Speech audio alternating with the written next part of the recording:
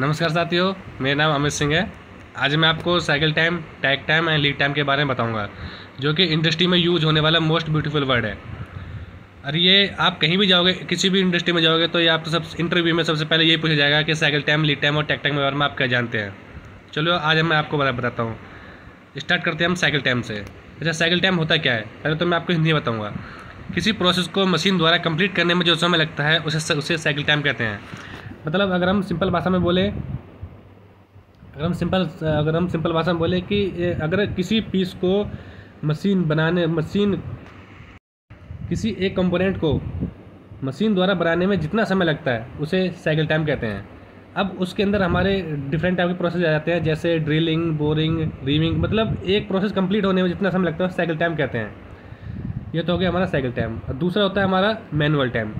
Manual time देखा जाए तो जॉब को लोड करने में और अनलोड करने में या अदर एक्टिविटी करने में जो टाइम लगता है उसे मैनुअल टाइम कहते हैं। अदर एक्टिविटीज़ में मतलब होता है जैसे कोई चिप्स क्लीन करना या किसी पार्ट पर एयर मारना, किसी पार्ट को कूलेंट के साथ वॉश करना, उसमें जो भी टाइम लगता है वो हमारा मैनुअल टाइम में होता है। अब एक होता है auto cycle time. Auto cycle time को हम कैसे कैलकुलेट करते हैं? जो हमारा साइकिल टाइम होता है और मैनुअल टाइम होता है, इन दोनों का एडिशनली हमारा ऑटो साइकिल टाइम होता है। आगे ना आपको समझ में, मैं आपको दोबारा रिपीट कर देता हूँ। साइकिल टाइम यानी किसी एक प्रोसेस को कंप्लीट करने में मशीन द्वारा जितना समय लिया जाता है उसे साइकिल टाइम कहते हैं। और मैनुअल टाइम में क्या होता है? मैनुअल टाइम में जॉब को लोड करने से लेकर अनलोड करने में और अदर एक्टिविटीज़ करने में जो हमें समय लगता है उसे मैनुअल टाइम कहते हैं। अब इन दोनों के कॉम्बिनेशन से जो हमारा साइकिल टाइम निकल के आता है वो हमारा ऑटो साइकिल टाइम होता है। ये आपको समझ में आ गया? अब इंडस्ट्री में साइकिल टाइम को दो भागों में डिवाइड किया जाता है, जैसे वैल्यू एडिड टाइम और non value added time. Value added time वो टाइम होता है जो टूल द्वारा जॉब को कटिंग करने में जितना समय लगता है उसे हम वैल्यू एडिड टाइम कहते हैं। यानी कि ये मेरा एक जॉब है और ये मेरा टूल है। जब तक टूल मेरा इस जॉब को कटिंग करेगा वो मेरा वैल्यू एडिड टाइम के अंदर कैलकुलेट होगा।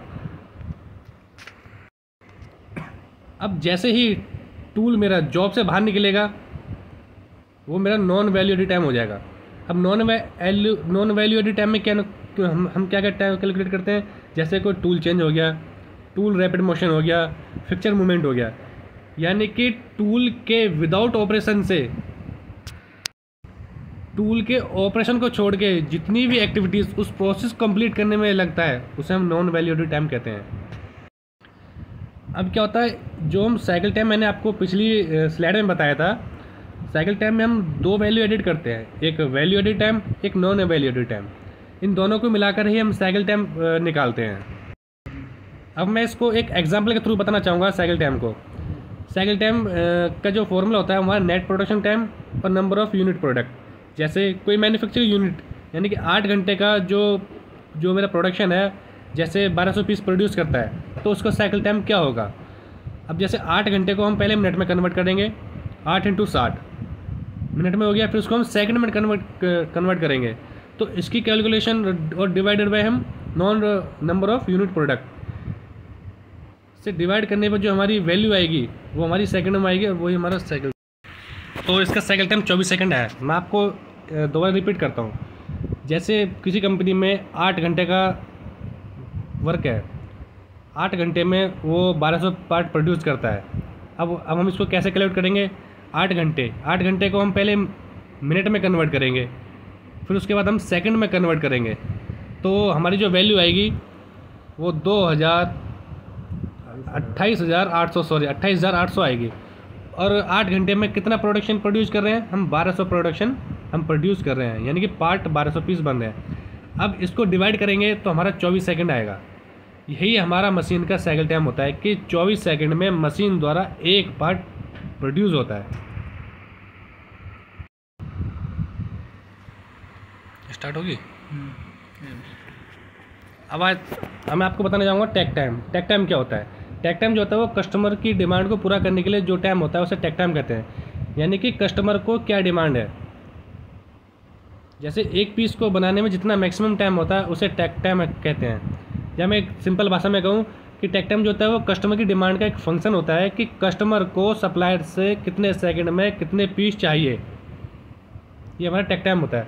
अब ये टैग टाइम का एक फॉर्मूला होता है, नेट प्रोडक्शन टाइम बटे कस्टमर डिमांड। अब मैं इसको एक एग्जांपल के थ्रू आपको बताना चाहूँगा।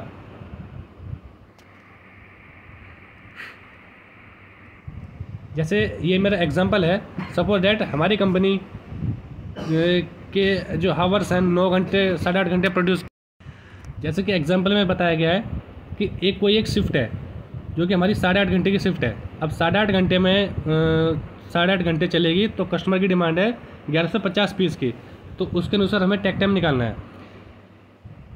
तो 8.5 घंटे को हमने पहले मिनट में कन्वर्ट किया, 8.5 घंटे को मिनट में हम कन्वर्ट करेंगे तो हमारा क्या होगा, 510 मिनट होगा। तो उसमें से हमारा 30 मिनट का ब्रेक हो जाता है। और हमारी कस्टमर की डिमांड कितनी थी, 1150 पीस की। अब जितना भी मेरा टोटल टाइम है उसमें से मैं ब्रेक को माइनस कर दूंगा तो मेरा 480 मिनट निकल के आएगी। अब मैं इस 480 मिनट को सेकंड में कन्वर्ट करूंगा तो मेरा 28,800 सेकंड पर शिफ्ट का टाइम आएगा। अब कस्टमर की डिमांड कितनी थी, 1150 की, तो इसको हमने इससे डिवाइड कर दिया तो हमारा कितना आ गया, 25 सेकंड आ गया।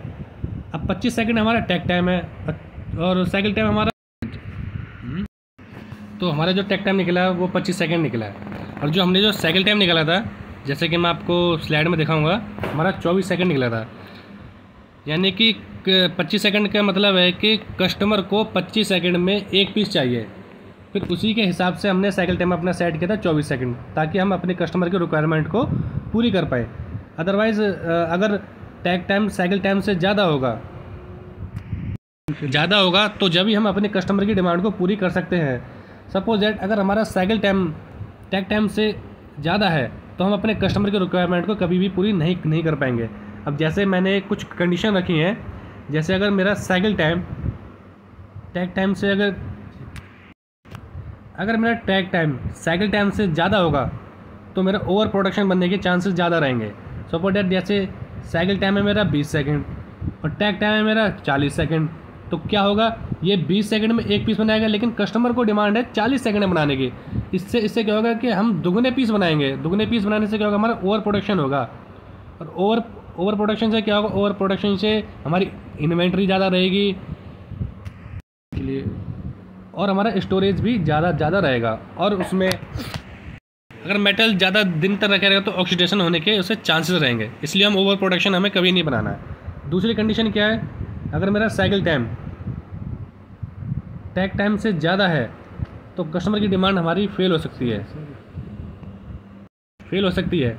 जैसे साइकिल टाइम मेरा 25 सेकंड है और टेक टाइम मेरा 20 सेकंड है, तो क्या होगा कि हम कस्टमर की डिमांड को पूरी नहीं कर पाएंगे। जैसे कि कस्टमर को डिमांड है कि 20 सेकंड में मुझे एक पीस चाहिए, लेकिन हम पीस बना रहे हैं 25 सेकंड में, तो हम कस्टमर ने जो हमें टाइम दिया हम उसके अनुसार पार्ट नहीं बना पाएंगे, तो क्या होगा, कस्टमर की डिमांड हमारी फेल हो जाएगी। तीसरी कंडीशन आती है, साइकिल टाइम और टेक टाइम अगर इक्वल हैं तो हमारी आइडल सिचुएशन रहेगी, ना तो स्टोरेज रहेगा, ना हमारा ओवर प्रोडक्शन रहेगा और ना ही हमारी कस्टमर डिमांड फेल होगी। अब हम नेक्स्ट स्लाइड में आपको नेक्स्ट टॉपिक बताएंगे लीड टाइम के बारे में।